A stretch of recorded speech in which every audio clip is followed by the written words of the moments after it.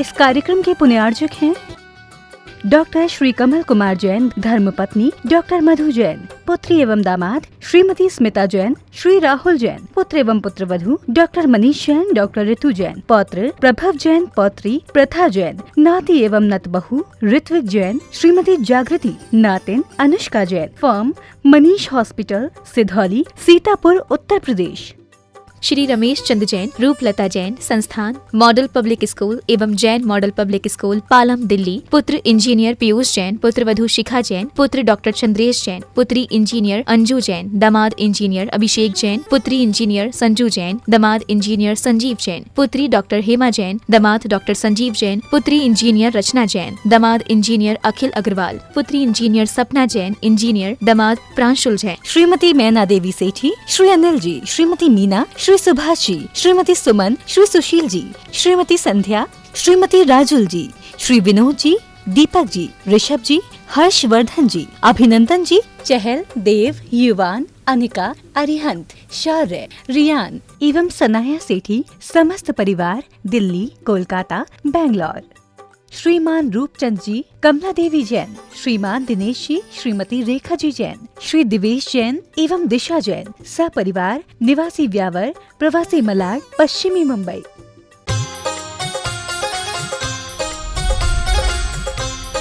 प्रमाणिक समाधान। नमोस्तु गुरुदेव, कर्म से जैन और जन्मजात जैन में से कौन श्रेष्ठ है? आपने पूछा है जन्म से जैन होना और कर्म से जैन होना, दोनों में कौन ज़्यादा भाग्यशाली? देखिए, जो जन्मना जैन होकर जैन धर्म का पालन कर रहा है वो तो परंपरा से जैन बना है, लेकिन जो जैन कुल में जन्म न लेकर कर्मना जैन बना है वो पुरुषार्थ से जैन बना है। उसका पुरुषार्थ प्रबल है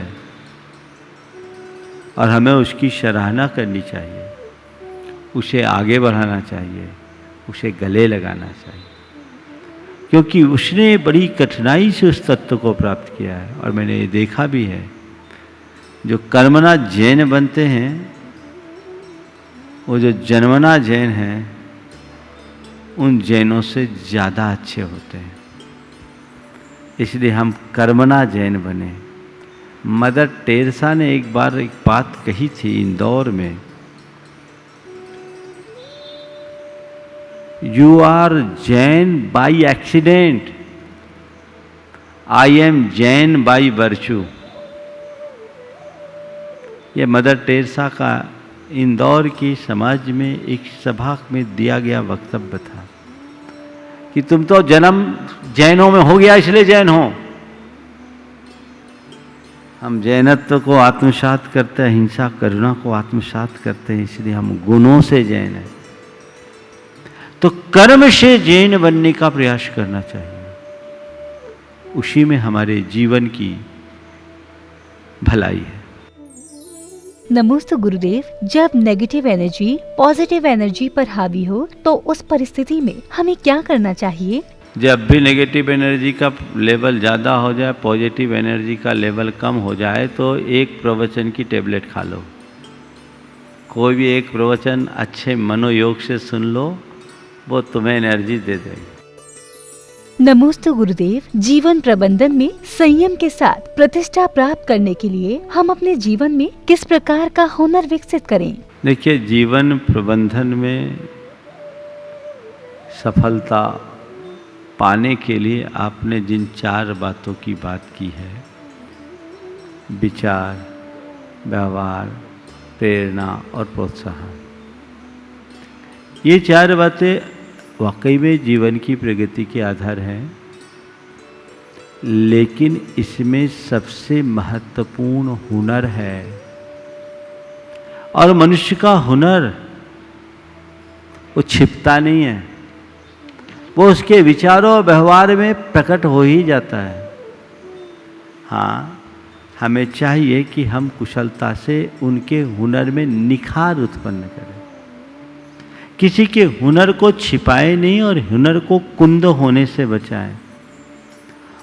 उस प्रतिभा को निखरने का अवसर दें, प्रतिभा को उभारने का मौका दें। प्रेरणा और प्रोत्साहन हमारे हुनर को निखारने का ही काम करते हैं। इसलिए व्यक्ति को चाहिए कि वो अपने हुनर को पहचाने और प्रेरणा और प्रोत्साहन के बल पर जीवन को वैसा आगे बढ़ाए। नमोस्तु गुरुदेव, आज की आधुनिक दुनिया में युवाओं का ब्रांड के पीछे भागना उचित है या नहीं? मैं तो जो ब्रांड के पीछे भागते हैं उनके लिए इतना ही कहता हूँ, भैया खूब ब्रांड कर लो, ध्यान रखना कफन का कोई ब्रांड नहीं होता। कोई ब्रांडेड कफन तो नहीं आ गया, अभी तक तो मैंने नहीं सुना। तो कफन का कोई ब्रांड नहीं होता, इसलिए इस ब्रांड के व्यामोहों से बचो और समझो ब्रांड वैल्यू है, लेकिन ऐसे ब्रांड के चक्कर में न पड़ो कि जिंदगी की बैंड बन जाए। हम उतना ही महत्व दें जितना आवश्यक और अपेक्षित हो। नमोस्तु गुरुदेव, क्या हमारे अंदर नेगेटिव एनर्जी इतनी ज्यादा है कि वह मंदिर से प्राप्त पॉजिटिव एनर्जी को भी न्यूट्रलाइज कर देती है? ये बिल्कुल यथार्थ सिद्धांत है। ये बात सही है कि सब कुछ एनर्जी है, और प्रश्नकार ने बहुत अच्छी बात कही, our body is energy, thoughts is energy, words are energy, energy action is energy. आपने जो सवाल किया है कि मंदिर से हम एनर्जी लेकर निकलते हैं तो भी हमारे अंदर की नकारात्मकता समाप्त होती सी नहीं दिखती। क्या हमारे भीतर की नेगेटिव एनर्जी इतनी हावी है, इतनी पावरफुल है कि बाहर की वो पॉजिटिव एनर्जी हमारे लिए काम नहीं करती? बिल्कुल यथार्थ है। हम आप सब पर नकारात्मकता की बड़ी गहरी परत जमी हुई है। जो हमारे अंदर का पाप कर्म है वो हमारे अंदर की नेगेटिविटी को प्रकट करता है।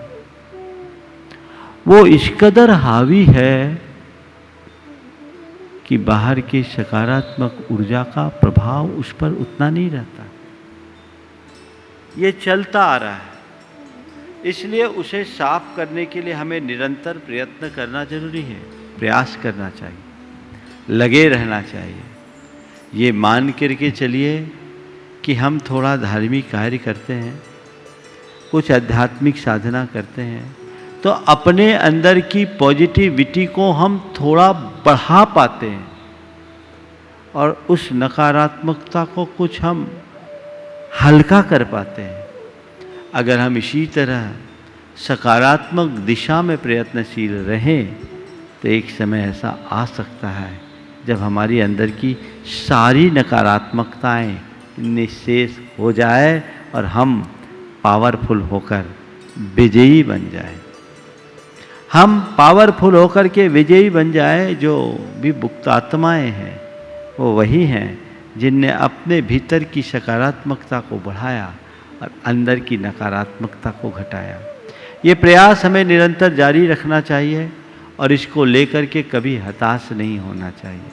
ये मान करके चलिए कि मैले कपड़े पर एक बार साबुन लगाने से स्वच्छता नहीं आती, उसके लिए हमें बार बार रगड़ना पड़ता है। जन्म जन्मांतरों की नकारात्मकता हम पर हावी है। वो नकारात्मकता समाप्त करने के लिए हमें सतत प्रयत्नशील रहना चाहिए। इसलिए लगे रहिए, ये मान करके चलिए अंदर की नेगेटिविटी को मिटाने का रास्ता तो यही है। अभी भीतर की नेगेटिविटी हावी है, हम कुछ ऐसा प्रयास करें जिससे हमारे अंदर की नेगेटिविटी खत्म हो। नमोस्तु गुरुदेव, सांसारिक कार्य में आनंद न आना क्या कर्तव्य विमुक्ता है या आध्यात्म की ओर भागना? देखिए, आध्यात्मिकता की ओर बढ़ना सांसारिक कार्यों से अगर बचने के लिए कर रहे हैं, अरुचि के कारण कर रहे हैं, तो ये एक दुर्बलता हो सकती है। लेकिन सांसारिक दायित्वों को निभाते हुए भी आप आध्यात्मिकता की ओर अग्रसर हो सकते हैं। सबसे पहले जो व्यक्ति जिस भूमिका में जी रहा है उसे उसी भूमिका को समझते हुए अपने दायित्व का निर्वाह करना चाहिए। हम जो भी काम करें आध्यात्मिक दृष्टि से भर कर के करें और ये समझे कि ये मेरा कर्तव्य है, मेरा कर्तृत्व नहीं। कर्तव्य की भावना से जब आप काम करेंगे तो ऐसा नहीं है कि आप गार्हस्थ्यिक दायित्वों का निर्वाह करते हुए भी आध्यात्मिकता से दूर ना हो, आध्यात्मिकता से न जुड़ पाओ। हाँ, जो उन चीज़ों को से पीछा छुड़ाने के लिए आध्यात्मिकता की ओर मुड़ते हैं और दायित्व विमुख होते हैं, वे आध्यात्मिकता का पूर्ण रस नहीं ले सकते। आध्यात्मिकता का सबसे पहला पाठ है हृदय में समता का विकास, अहंकार और आसक्ति का विनाश। यदि आपके अंदर समता विकसित हो रही है, अहंकार नष्ट हो रहा है, आसक्ति नष्ट हो रही है, तो ये तय मान करके चलिएगा कि आपके भीतर आध्यात्मिकता का विकास हो गया है। और यदि इन सब चीज़ों का अभाव हो गया है तो आप दुनिया से कहीं भी चले जाए, जंगल में भी क्यों ना चले जाए, अभी अध्यात्म का अंकुर नहीं फूटा है, ऐसा समझ करके चलना चाहिए। तो अध्यात्म के अंकुर को प्रकट करना चाहते हैं तो मूल तत्व को समझे, कर्ता बुद्धि से मुक्त हों, संसार की नश्वरता को समझे और जीवन का जो प्रयोग है उसे करने की कोशिश करें। नमोस्तु गुरुदेव। समय समय पर मेरी रुचि नए गुरुओं के उपदेश की ओर होने लगती है, तो क्या ये मेरा स्वभाव है या दुर्बलता? जहाँ तक बार बार नए गुरुओं की बात सुनने की बात है वो बुरी नहीं है। अगर आपके अंदर जिज्ञासु भाव है, अच्छी अच्छी बातें ग्रहण करने की दृष्टि से आप गुरुजनों की बातों को सुनने में रुचि रखते हैं तो इसमें कोई बुराई नहीं है। लेकिन गुरु रोज रोज बदलने वाले का कोई ठिकाना नहीं है। बातें सबकी सुनो, आदर्श एक को बनाओ और जिसे एक बार आदर्श बना लो, पूरे जीवन उसके पीछे चलने के लिए संकल्पित हो जाओ, समर्पित हो जाओ, तभी आप अपने जीवन में कुछ सार्थक उपलब्धि घटित कर सकोगे। नमोस्तु गुरुदेव। आज का ये दिन प्रभु ने मुझे उपहार स्वरूप दिया है, तो हम इस दिन को कैसे जिए कि प्रभु को रिटर्न गिफ्ट बन जाए? बहुत अच्छी बात एक भावनात्मक रूप से कही गई कि आज का ये दिन प्रभु के द्वारा हमें एक उपहार के रूप में मिला है। हम ऐसा कैसे जिए कि हमारा ये दिन प्रभु के लिए उपहार बन जाए। एक ही उपाय है, प्रभु के द्वारा दिए गए दिशा निर्देशों के अनुरूप चलो। प्रभु के द्वारा आज के इस दिन को यदि तुम प्रभु का उपहार मानते हो तो प्रभु के उपहार की दुर्लभता और उसकी अमूल्यता को समझने की कोशिश करो, उसका सदुपयोग करो, उसका रंचमात्र भी दुरुपयोग मत करो। उसे संभाल कर रखो, संवार कर रखो और जैसे दिन की शुरुआत हुई, जितने उत्साह के साथ तुमने दिन की शुरुआत की, रात सोते समय तुम्हारा उससे कई गुना उत्साह दिखे तो समझ लेना तुमने रिटर्न गिफ्ट दे दी। नमोस्तु गुरुदेव। हम ऐसा क्या करें कि हमारे कर्म भी रामचंद्र जी जैसे निस्वार्थ रहें एवं कर्म पर दृढ़ विश्वास कैसे जागृत करें? श्री राम के आदर्शों पर चलना चाहिए, स्वार्थपरता से ऊपर उठना चाहिए, जीवन के परमार्थ को जानना चाहिए, कर्म के सिद्धांत पर विश्वास रखना चाहिए, जीवन के जितने उदात्त मूल्य हैं उन पर निष्ठावान बनना चाहिए। आपने पूछा ऐसा हम क्या करें कि कर्म सिद्धांत पर हमारा विश्वास बलवान हो। ऐसे महापुरुषों के जीवन चरित्र को पढ़ो जिनने कर्म के खेल को आसानी से खेला है, कर्म के बड़े बड़े आघातों को क्षमता से सहा है, जीवन में आने वाली बड़ी बड़ी चुनौतियों को भी जिनने उपलब्धियों में परिवर्तित किया है, उनके चरित्र को जब पढ़ोगे तब तुम्हारे मन में साहस, संबल और संकल्प प्रकट होगा, तब तुम्हारी श्रद्धा बलवती होगी। इसलिए जैसा तुम होना चाहते हो वैसे लोगों की कथा को पढ़ो। नमोस्तु गुरुदेव। जो वस्तु उपयोग में आए उसको छोड़कर बाकी सबका त्याग, क्या सामायिक के दौरान ऐसा बोल सकते हैं? जो वस्तु मेरे उपयोग में आई उसका छूट, बाकी सबका त्याग, ये तो कह सकते हैं। लेकिन जो वस्तुओं का मैं उपयोग कर रहा हूँ उसमें भी मुझसे जो असावधानी और प्रमाद हुआ है, तत्संबंधी पाप का मैं प्रायश्चित करता हूँ और उसकी पुनरावृत्ति का परित्याग करता हूँ। ये प्रतिक्रमण का सच्चा अर्थ होगा। नमोस्तु गुरुदेव। आशा हुतासन का क्या तात्पर्य है? आशा हुतासन, वहाँ हुतासन का मतलब होता है ज्वाला, अग्नि, और यहाँ आशा का अर्थ एक तृष्णा है। तो मन की तृष्णा, आशा के एक शब्द के अनेक अर्थ होते हैं। आशा जब तृष्णा का रूप ले लेती है तो ज्वाला बन जाती है, और ऐसी ज्वाला जो सामने वाले को भस्मसात कर दे। तो ऐसी आशा से अपने आप को बचाएं।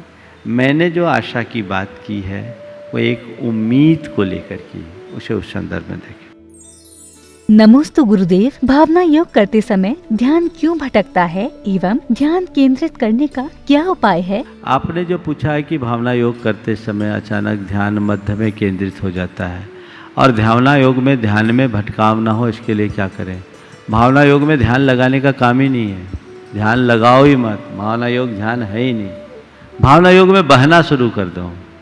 जो आपसे कहा जा रहा है बस उसी में डूबना शुरू कर दो। आपको जो अफर्मेशन दिए जा रहे हैं उसे दोहराना शुरू कर दो, और उसमें आप तन्मय होने की कोशिश करो। वो आपके सबकॉन्शियस माइंड पर अपना प्रभाव दिखाएगा, और कालांतर में उसका असर आपके जीवन में जरूर पड़ेगा। इसलिए एकाग्रता और अनेकाग्रता की बात नहीं है, सबसे सहज और सरल प्रक्रिया है साधना की। बस इसके लिए आपको केवल समयबद्ध होकर अपना कार्य करने की आवश्यकता और अपेक्षा होगी। यदि आप ऐसा करेंगे निश्चित सफल होंगे। नमोस्तु गुरुदेव। धर्म विज्ञान के बिना कैसे संभव है? धर्म बिना विज्ञान के कैसे संभव है?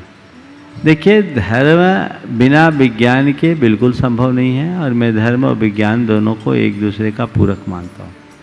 मेरी राय में विज्ञान के बिना धर्म अधूरा है, और धर्म के बिना विज्ञान अपूर्ण है।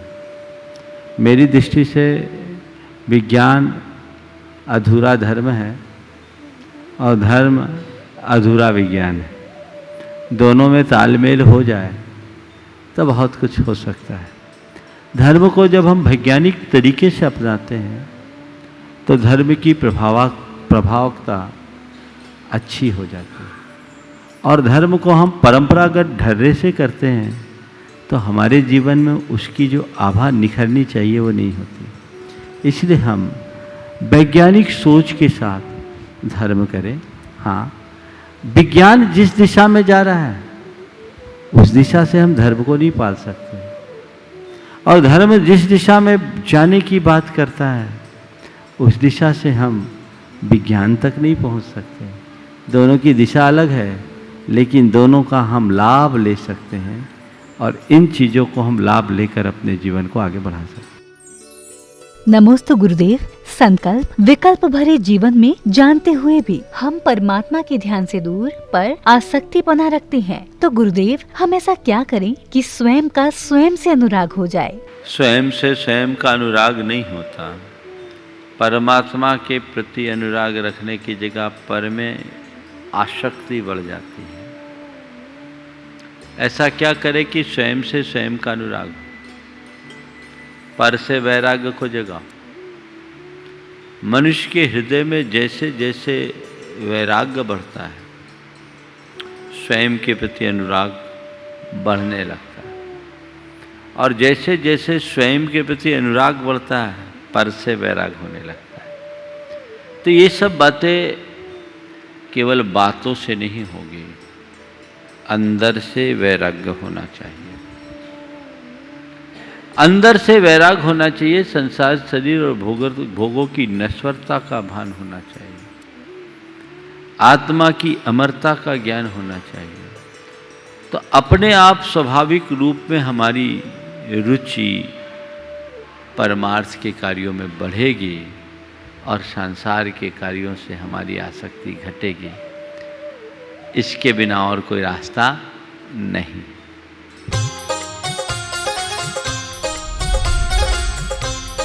प्रामाणिक समाधान।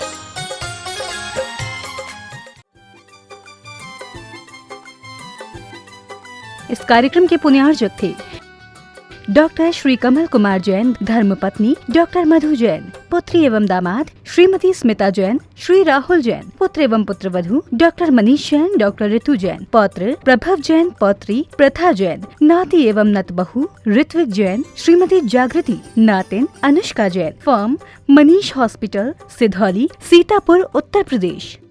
श्री रमेश चंद्र जैन, रूपलता जैन, संस्थान मॉडल पब्लिक स्कूल एवं Jain model public school, Palam, Delhi, पुत्र इंजीनियर पीयूष जैन, पुत्रवधू शिखा जैन, पुत्र डॉक्टर चंद्रेश जैन, पुत्री इंजीनियर अंजू जैन, दामाद इंजीनियर अभिषेक जैन, पुत्री इंजीनियर संजू जैन, दामाद इंजीनियर संजीव जैन, पुत्री डॉक्टर हेमा जैन, दामाद डॉक्टर संजीव जैन, पुत्री इंजीनियर रचना जैन, दामाद इंजीनियर अखिल अग्रवाल, पुत्री इंजीनियर सपना जैन, इंजीनियर दामाद प्रांशुल जैन। श्रीमती मैना देवी सेठी, श्री अनिल जी, श्रीमती मीना, श्री सुभाष जी, श्रीमती सुमन, श्री सुशील जी, श्रीमती संध्या, श्रीमती राजुल जी, श्री विनोद जी, दीपक जी, ऋषभ जी, हर्षवर्धन जी, अभिनंदन जी, चहल, देव, युवान, अनिका, अरिहंत, शौर्य, रियान एवं सनाया सेठी, समस्त परिवार, दिल्ली, कोलकाता, बेंगलोर।